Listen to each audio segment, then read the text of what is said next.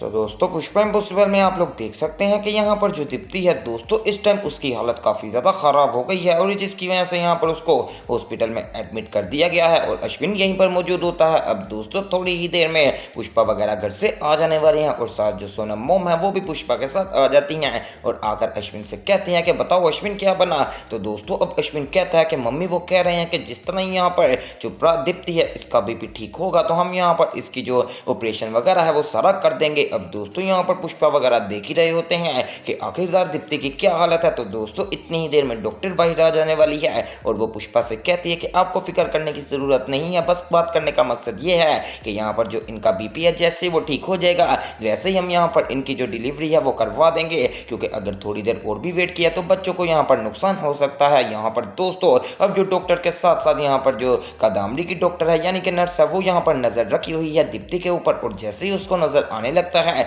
कि दीप्ति की डिलीवरी किसी भी टाइम हो सकती है तो दोस्तों वो यहाँ पर जल्दी से कादामरी को फ़ोन करती है और वो कहती है कि कादामरी तुम्हें अपना यहाँ पर एक्शन स्टार्ट करना पड़ेगा और तुम्हें यहाँ पर आना पड़ेगा हॉस्पिटल। अब दोस्तों कादामरी जैसे ही फ़ोन उठाती है तो उसको सारी बात की समझ आ जाने वाली है। तो कादामरी कहती है कि ले कादामरी अब आ गई है तेरी बारी, तुझे अपना यहाँ पर दिखाना ही पड़ेगा कि तू बहुत भी बड़ी मास्टरमाइंड है। लो दोस्तों अब कादामरी की एक्टिंग होना शुरू हो गई है और कादामरी जल्दी से अपना बैग पकड़ती है और बाहर आ जाने वाली है। वैसे दोस्तों कादामरी क्या ही एक्टिंग कर रही है, बैग भी पकड़ लिया, सब कुछ पकड़ लिया और जैसे बाहर आती है तो वो देखती है कि हसमुख वगैरह सारे सामने खड़े हुए हैं। तो कादामरी कहती है कि ये अच्छा मौका है और जुगल जी भी घर पर मौजूद नहीं। तो दोस्तों कादामरी जल्दी से आगे बढ़ती है और जोर जोर से चीखें मारने शुरू कर देती है और यहाँ पर गिरने की एक्टिंग भी करती है। अब दोस्तों हसमुख वगैरह ये सारा सीन देख लेते हैं कि पता नहीं कादामरी को क्या हो गया और दोस्तों सारी महिलाएं आ जाने वाली हैं चौल की और वो कहती हैं कि लगता कादामरी को भी लीवर पेन शुरू हो गई है और इसकी भी डिलीवरी हो सकती है। तो दोस्तों कादामरी चीखें मारते हुए कहती है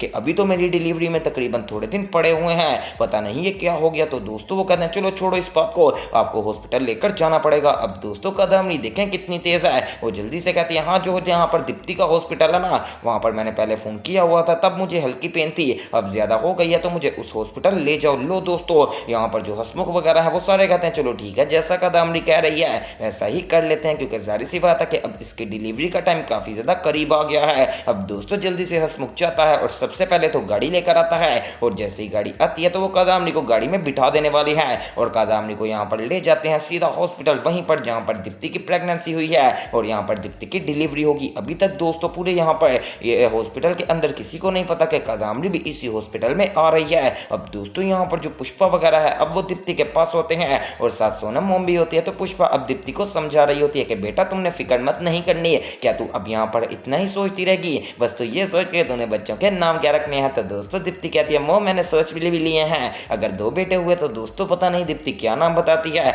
2 बेटियों का भी नाम बताती है, 1 बेटा और 1 बेटी हुआ उसका भी नाम बताती है। और जब ये सारे सीन पुष्पा देखती है तो पुष्पा काफ़ी ज़्यादा खुश भी हो रही होती है कि आखिरकार जो मेरी बेटी है उसका ध्यान किसी न किसी तरीके से इस बात से हट तो गया। लेकिन दोस्तों साथ यहाँ पर वो कहती है दीप्ति अरे माँ मैं भी कितनी बेवकूफ़ हूँ, एक बच्चा तो मैंने प्रार्थना को दे देना है, मैं तो कम से कम 1 बच्चे का नाम सोचूं। दोस्तों जब दीप्ति ये बात करती है तो सोनम मोम तो ऐसे घूर घूर कर देखने लगती है दीप्ति को और जैसे दिल ही दिल में भड़ास निकाल रही हो कि ये क्या हो गया, मैं एक भी बच्चा यहाँ पर उनको नहीं लेने दूंगी। वैसे दोस्तों अगर मैं आपको एक बात बताऊं तो आने वाले यहाँ पर जो सीन्स है उसमें ये ट्विस्ट आ भी सकता है कि जो बच्चे हों सबसे पहले सोनम मोम वहां से बच्चे उठा ले और कादामरी को बच्चा मिले ही ना, ये एक बहुत ही बड़ी यहाँ पर न्यूज़ है और बच्चा हो जाएगा गायब। आप लोग भी देखकर काफ़ी ज़्यादा यहाँ पर शॉक्ड हो रहे होंगे कि ये यहाँ पर क्या बात कर रहा हूँ मैं, लेकिन दोस्तों ये हकीकत बात है, ये आपको बाद में पता चलेगा और जो कि यहाँ पर अभी तक किसी को भी नहीं पता। अब दोस्तों साथ ही पुष्पा को फ़ोन आ जाता है कि कादामरी की भी हालत ख़राब है और कादामरी भी इसी हॉस्पिटल में आ गई है। तो दोस्तों पुष्पा यहाँ पर दीप्ति को बताती है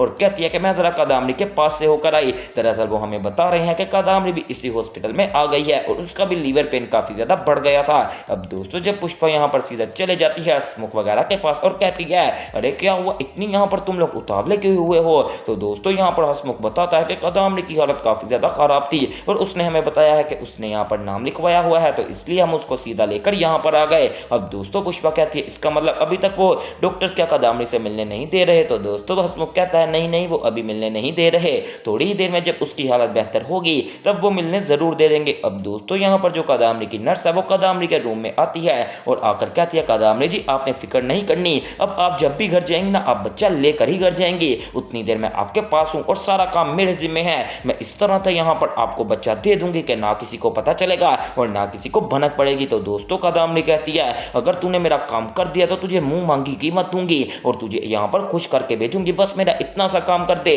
कि जब मैं घर जाऊं तो मेरे हाथ में अपना बच्चा हो जो कि किसी को भी शक ना पड़े और सब यही कहेंगे कादम्बरी का बच्चा आ गया है। लो दोस्तों यहाँ पर अब कादम्बरी सोच रही होती है। तो दूसरी तरफ यहाँ पर जो हंसमुख है दोस्तों वो भी ये बात सोच रहा होता है कि ये जो कादम्बरी है इसकी प्रेगनेंसी हो रही है और इसने हमें बताया कि जुगल को मत बताना, ये बहुत ही ज़्यादा घटिया हरकत है। बाद में जुगल एमी मुझे कुछ बोले, इससे अच्छा तो ये है कि मैं जल्दी से जुगल को फ़ोन करता हूँ, जुगल को सारी बात बता देता हूँ। अब दोस्तों यहाँ पर जो हंसमुख है वो जल्दी से जुगल को कॉल लगाने वाला है और जो जुगल है जैसे ही वो कॉल उठाता है तो वो कहता है खैर हंसमुख इतनी ज़्यादा जज्बाता क्यों हुआ है। तो दोस्तों हंसमुख कहता है अरे जो तुम्हारी पत्नी है ना उसकी हालत ख़राब हो गई थी और उसकी डिलीवरी भी हो सकती है, इसलिए हम उसको हॉस्पिटल ले आए हैं। उसी हॉस्पिटल जहां पर जो दीप्ति है वहीं पर मौजूद है और साथ वाले कमरे में यहाँ पर कादम्बरी मौजूद है। अगर तूने आना है तो आ जा, लेकिन मेरा नाम मत लेना कि मैंने तुझे सारी बात बताई है। अब दोस्तों जुगल जल्दी से वहां से उठता है और कहता है कि मुझे जल्दी से हॉस्पिटल पहुंचना होगा क्योंकि जाहिर सी बात है कि एक पत्नी को हस्बैंड की जरूरत पड़ ही सकती है। इसलिए जुगल जल्दी से अब यहाँ पर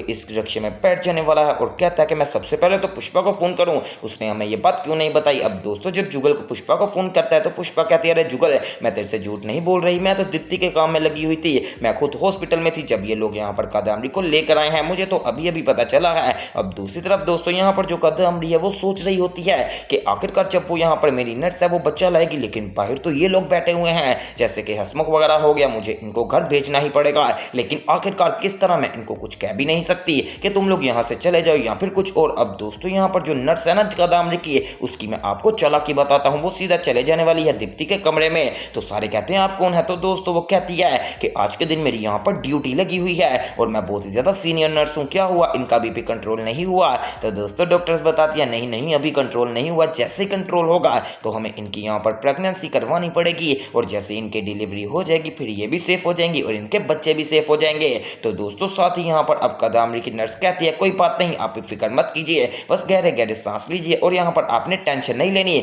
मुझे पता है कि यहाँ पर सब कुछ ठीक हो जाएगा। चलो अब मैं चलती हूँ, अगर कोई भी चीज़ की आपको ज़रूरत हो तो आप बस मुझे यहाँ पर एक आवाज़ दे देना, मैं जल्दी से आपके रूम में आ जाऊँगी। और दीप्ति तुम फिक्र मत करो, आपकी डिलीवरी भी बहुत ज़्यादा जल्दी हो जाएगी। दोस्तों कादम्बरी की नर्स का यहाँ पर आने का मकसद ये था ताकि उसको पता चल सके कि आखिरकार डिलीवरी में कितना टाइम है, क्या हिसाब किताब है। तो दोस्तों अब वो कादम्बरी को जाकर सारी बात बताती है कि कादम्बरी फिक्र मत कर, बहुत जल्दी डिलीवरी होने वाली है और मुझे पूरी उम्मीद है कि जब तू घर जाएगी तेरे पास भी एक बच्चा होगा और एक बच्चा यहाँ पर दीप्ति के पास होगा और तुम लोग यहाँ पर खुशी खुशी जाओगे। उसका मैं कुछ कह नहीं सकती, तू खुशी खुशी ही जाएगी। वेल दोस्तों अब आने वाले एपिसोड देखना मिस मत कीजिएगा और मेरे चैनल स्पाइसी एंटरटेनमेंट को सब्सक्राइब करें।